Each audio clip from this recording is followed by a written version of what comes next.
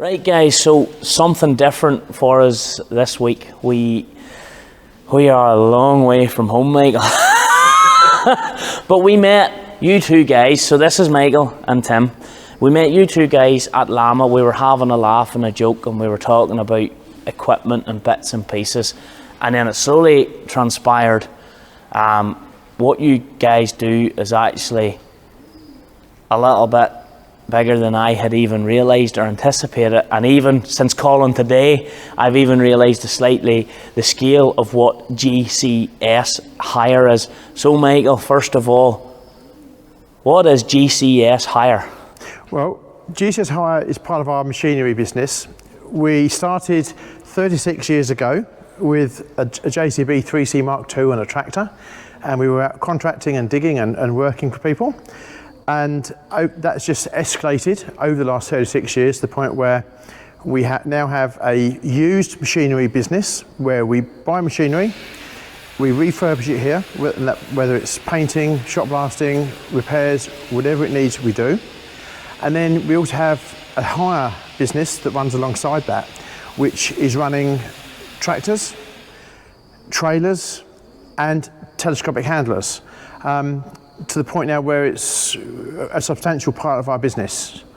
So the hire part of GCS is when you say a substantial part of the business. You see, this is where, I know I'm coming from maybe the Northern Ireland old school mindset of if you want something you buy it or you try and buy it or whatever, and you're now saying hire is a substantial part of your business.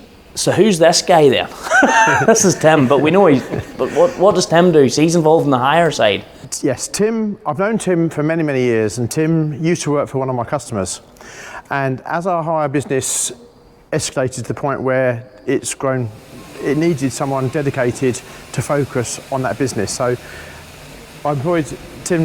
Tim came to work for us as the hire manager and takes a huge amount of pressure off myself. And Tim is literally focused on building and scaling up GCS Hire. So, Tim, obviously there's enough going on in this hire business now if it's justifying you full time, basically looking after the hire. You better say yes. Yes. But tell us a little bit about the hire side. What are you hiring? I know we said tractors, telehandlers and trailers, but who wants to hire a trailer?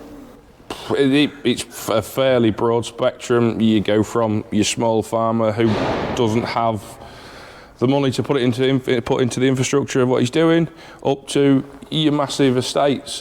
And then alongside that, we'll hire into your AD plants and some into construction work, along with the tractors, along with the load hauls.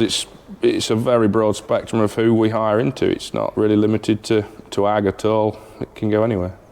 But why not just buy a trailer? Like, I understand trailers, tractors, telescopic handlers are all getting, let's just say, very expensive. And you're not exactly working with low-end quality brand here, because trailers are considered the creme de la creme, and we know, we have looked around the factory, we know what Jim and Mandy are doing up there is absolutely top drawer, and like you're hiring these creme de la creme trailers out there. Are you mad? Yeah.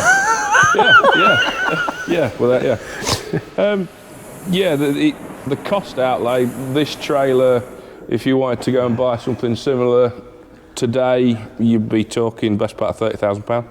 So yeah, every farmer, they're going to have one or two trailers, but there's going to come a point where they've not got enough. So then they look to hire for 6 or 8 week harvest season. They'll hire in however many more they need, which that works quite well. And then off the end of a cereal harvest, we'll then turn those trailers around. We'll take sheets off, put silage sides on. They'll go out onto a maize season. We have stuff out over winter on biomass, on chicken muck, on that sort of thing. We have early whole crop. We have people on sugar beet. It's quite a revolving process. One comes back. This is a quiet time of year. It's always going to be, but there's always things out. There's trailers out on contract hires as well that people are using year round.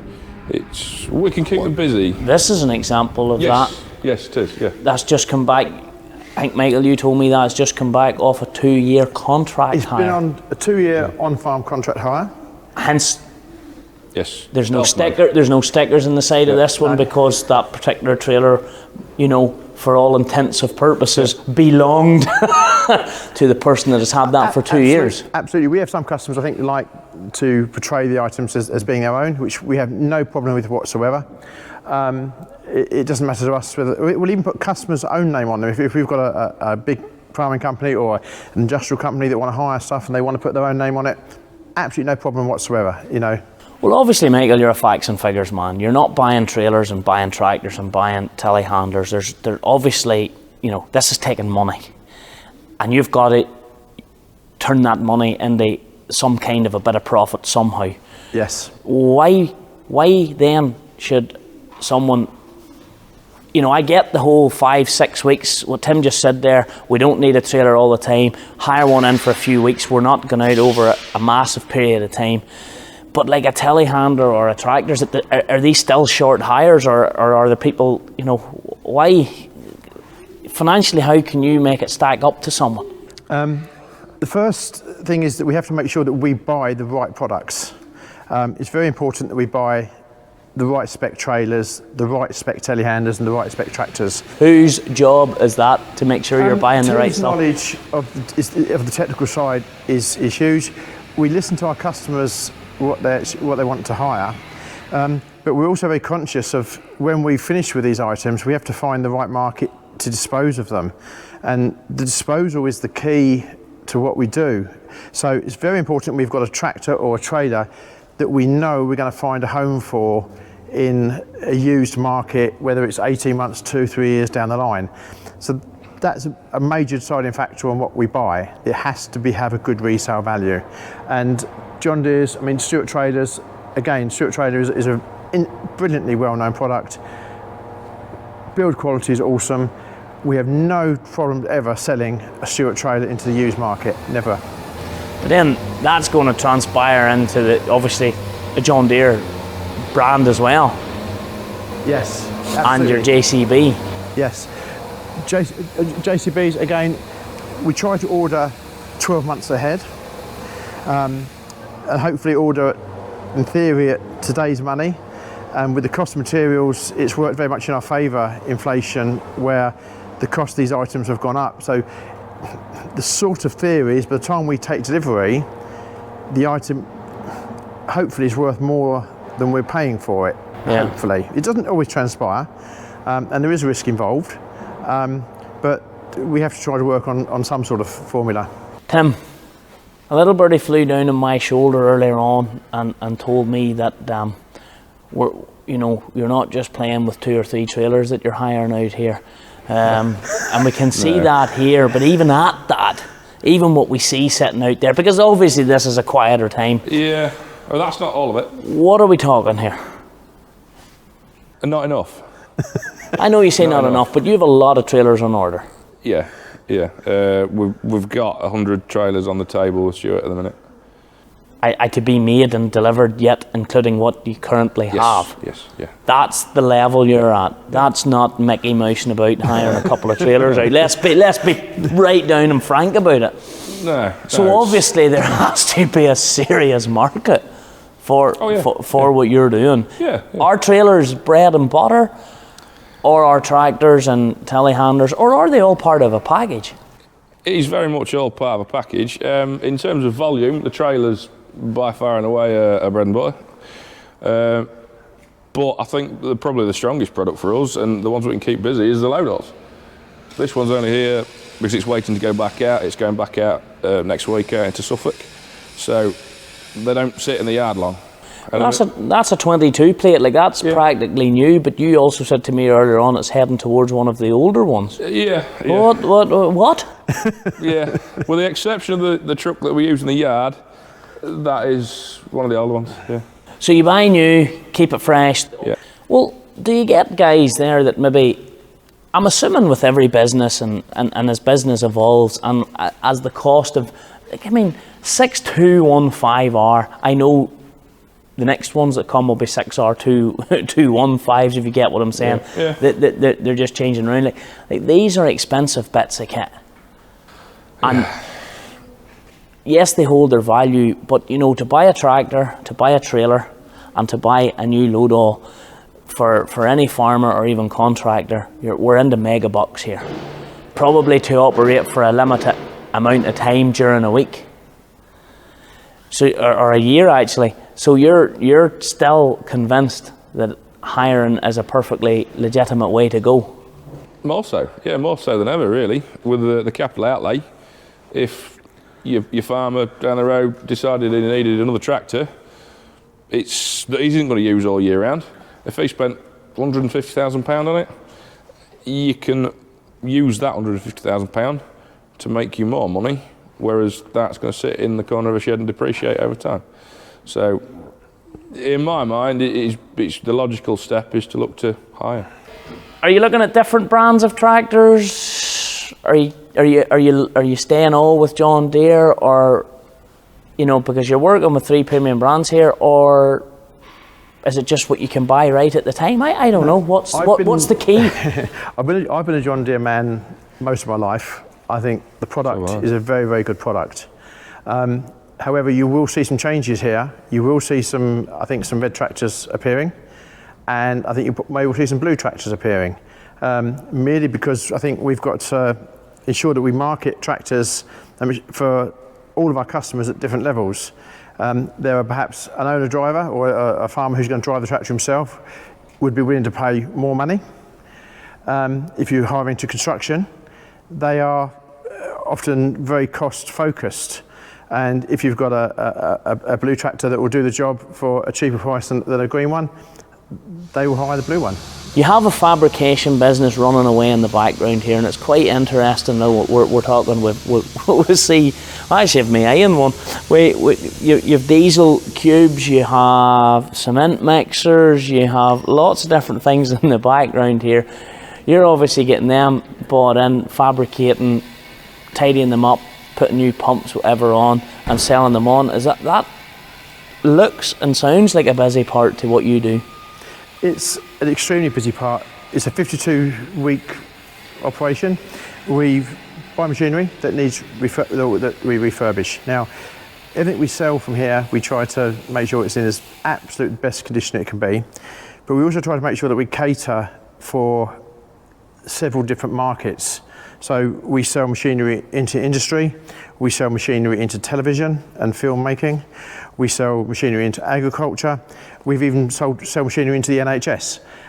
So we try to make sure that we've got lots of different avenues covered, particularly with the way the world is at the moment and the recession. We need to make sure that we've got ourselves ring-fenced with a continuous income. And that's a good business, because particularly in hard times, that what we sell here when it's refurbished probably equates to half the price of the item being brand new. And with people being very cost conscious at the moment, if they can buy even a diesel cement mixer that is as good as new, being refurbished for half the price for a new one, they will take that option. So it works very well for us. It's just different, you know. We're coming in and looking, and we're just going, whoa, this is a bit different. Tim, final question I'm going to fire over to you here. So you're flat out, you're getting busy now, you're organising, I hope, Michael hopes as well, you're organising contracts, you're organising business for this incoming year. What's your favourite? You know, what do you like, you know, leaving out what makes money or maybe what makes a bit of profit, what's your favourite machine that you hire? This would be 560/80. JCB, Loader 560/80. Why? It's big. Scale, isn't it? Big is beautiful. I reckon you said that once, didn't you? Yeah, big is beautiful. Oh, yes, yeah. And so you're hiring not all the same size, you're working with all the different ranges within reason. Yeah. We've got a 5.2 560 coming to ironically be delivered into Northern Ireland. So we'll go from... So you're hiring over with us as well? Yeah. We'll go anywhere. You're a long way away. A little bit. But it's no problem. No. We'll make it work. But it will work. Failure's not an option, it will work. Final question. If I wanted